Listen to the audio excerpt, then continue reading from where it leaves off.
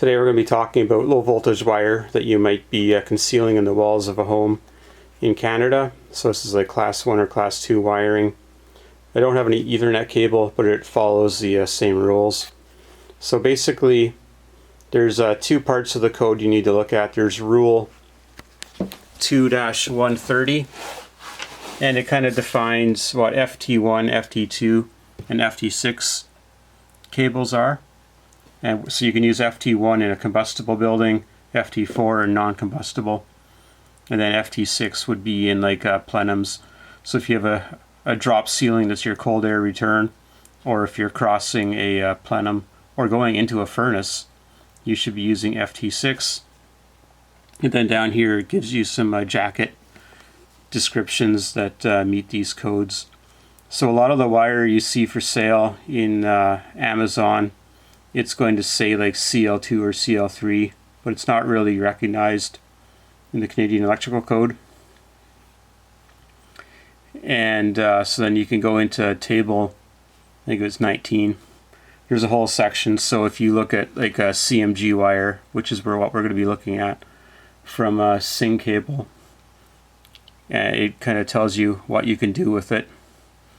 And you can't put it in a plenum unless you buy the CMP wire. So I've got CMG. So basically what I wanted to show here is that this SIN cable here, this is 2 conductor number 12 speaker wire. It's CMG FT4 rated, and it's CUL US.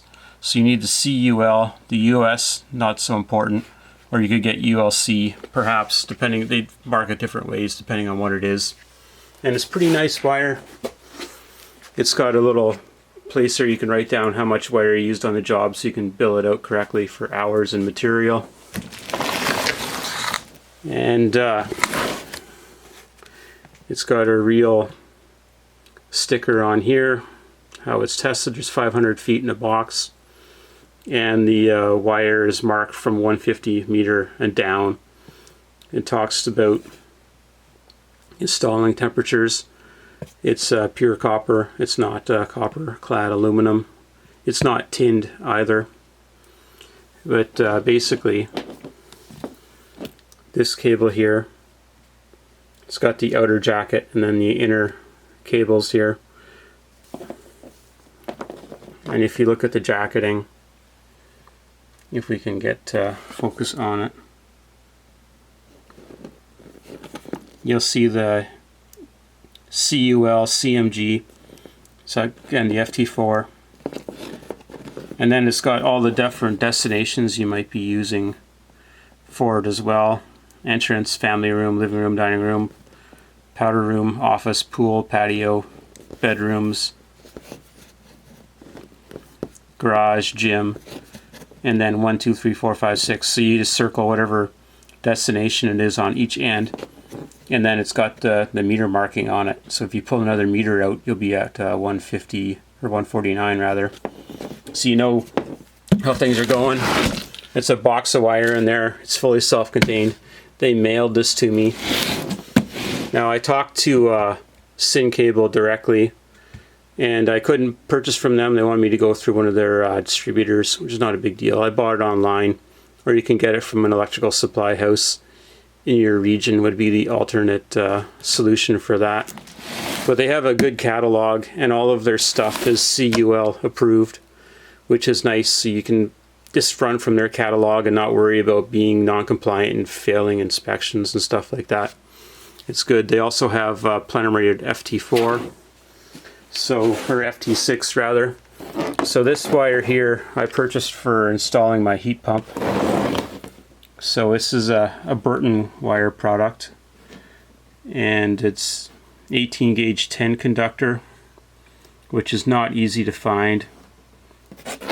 And it's got a UL and a ULC rating on it, if we can find it. Right, so it's CUL CMP for plenum. So that's good. You can go into the electrical area of your furnace, because the electrical connections are typically in like the return air plenum, so it needs to be plenum rated wire.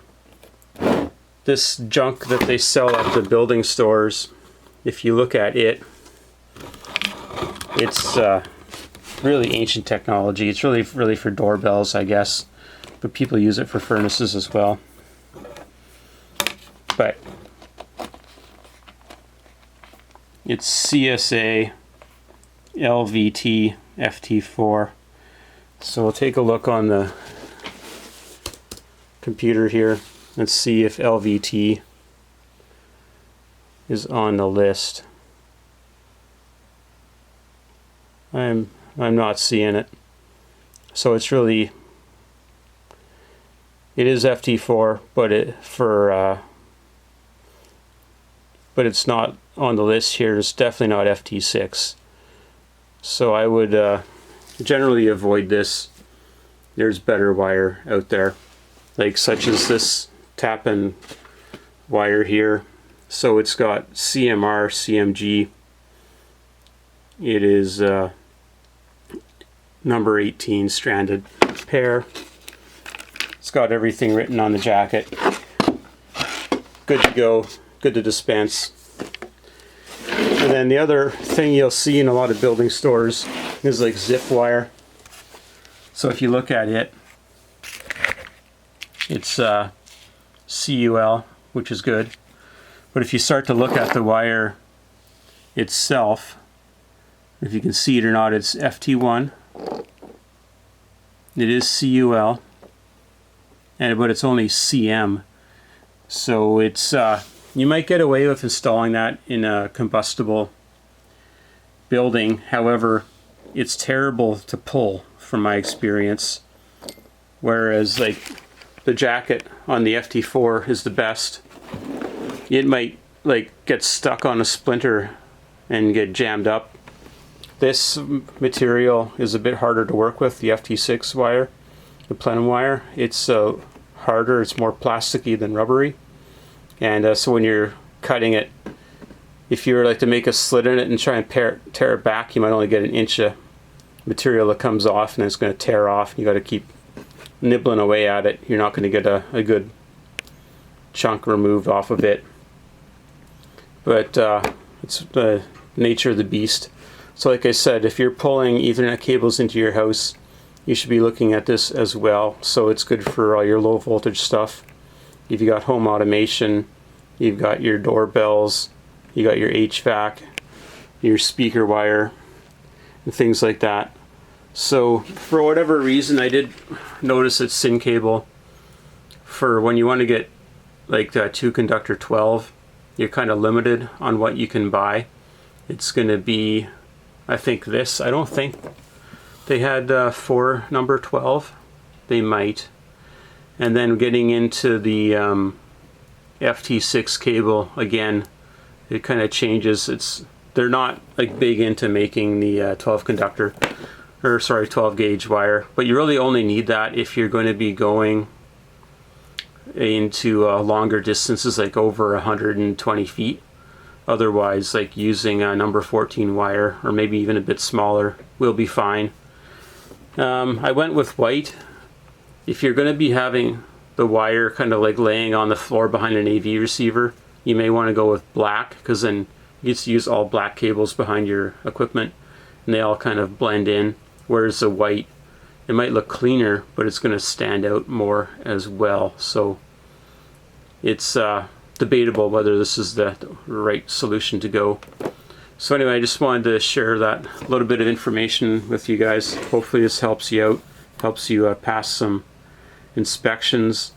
And then, like I said, if you're doing a heat pump and you need a whole whack of conductors, go to a supply house and get the right wire, rather than trying to mix. Like, you don't want to end up running like 5 runs of this stuff here. Like, just go and get the right stuff. I think you'll be happier that way. So thank you for watching.